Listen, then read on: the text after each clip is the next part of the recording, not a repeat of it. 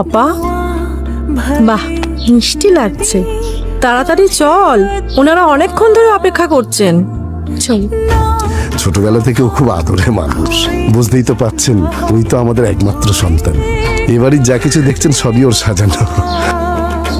আমার মেয়ে অপর্ণা, প্রণাম কর। না না, প্রণাম করতে হবে না, বসো এখানে। না না, প্রণাম লাগবে না। বাহ, কি মিষ্টি মুখখানা না। বয়স কত যেন বলছিলেন? এই তো এই জানুয়ারিতে 25-এ পড়লো। তোমার গ্র্যাজুয়েশন কমপ্লিট হয়ে গেছে? হ্যাঁ, মাস্টার্স শেষ হলো তো। ওকে বলতে দিন না। সবে শেষ হলো। এরপরে কি করবে? চাকরি? আগে আপনাদের মেয়ে পছন্দ হোক, তারপর না হয় এসব নিয়ে কথা বলা যাবে।